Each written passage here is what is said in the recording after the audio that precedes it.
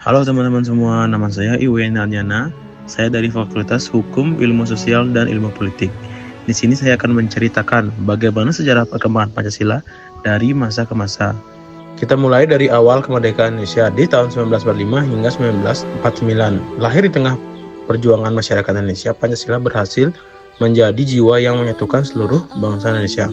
Setelah proklamasi kemerdekaan 17 Agustus 1945, Pancasila resmi ditetapkan pada 18 Agustus 1945 oleh PPKI sebagai dasar negara yang tertulis dalam pembukaan Undang-Undang Dasar 1945. Namun, pada masa ini bangsa Indonesia belumlah sangat stabil, dikarenakan Indonesia masih menghadapi agresi militer dari pihak Belanda dan perdebatan bentuk negara, apakah tetap negara kesatuan ataupun menjadi negara federal. Pancasila pun sempat tergeser dari pusat. Setelah pengakuan kedaulatan tahun 1949, Indonesia berubah menjadi Republik Indonesia Serikat atau disingkat dengan RIS.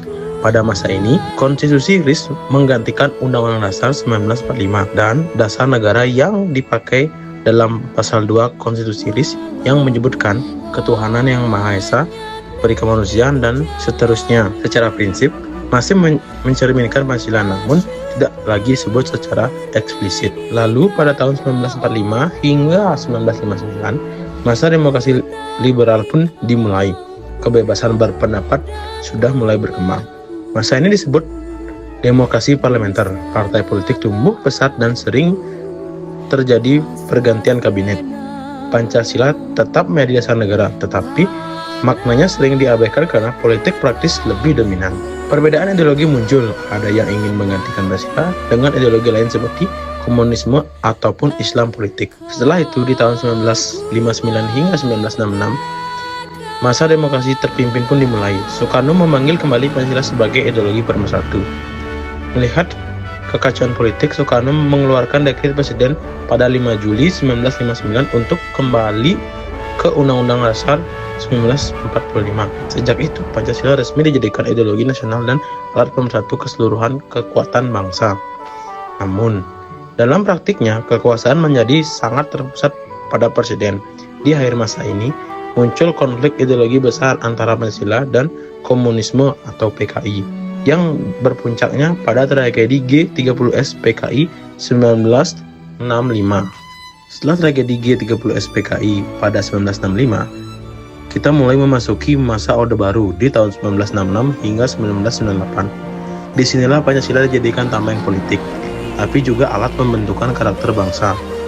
Setelah peristiwa G30S PKI, Soeharto naik ke kekuasaan. Pemerintah menegaskan Pancasila sebagai satu-satunya asas dalam kehidupan berbangsa dan bernegara. Dilaksanakanlah program P4, yaitu pedoman, penghayatan, dan pengamalan Pancasila. Dan pendidikan moral Pancasila diwajibkan di sekolah-sekolah. Namun, di balik itu semua, pemerintahan sangatlah otoriter. Kebebasan berpendapat dibatasi, dan Pancasila sering dijadikan alat legitimasi politik untuk mendukung kekuasaan. Dan akhirnya, pada masa reformasi di tahun 1965 sampai sekarang, Pancasila kembali pada rakyat, bukan pada penguasa. Setelah kejatuhan Soeharto tahun 1998, Indonesia memasuki era reformasi. Kebebasan berpendapat terbuka lebar. Demokrasi tumbuh dan penegakan HAM mulai diperkuat. Namun, tantangan baru saja muncul. Krisis moral, intoleransi, korupsi, dan disintegrasi sosial. Sejak itu, banyak upaya yang dilakukan untuk menghidupkan kembali semangat Pancasila melalui BPIP atau Badan Pembinaan Ideologi Pancasila dan berbagai program penguatan karakter bangsa. Hari ini Pancasila menjadi penuntun moral bagi seluruh generasi muda Indonesia agar tidak kehilangan jati diri di tengah derasnya arus globalisasi dan media sosial. Banyak nilai Pancasila yang dapat kita ambil dari cerita tersebut. Contohnya nilai Pancasila yang tampak yaitu persatuan Indonesia dan keadilan sosial. Para pemimpin bangsa dan para pemuda tetap menempatkan kepentingan negara atau bangsanya sendiri di atas kepentingan pribadi atau kelompok.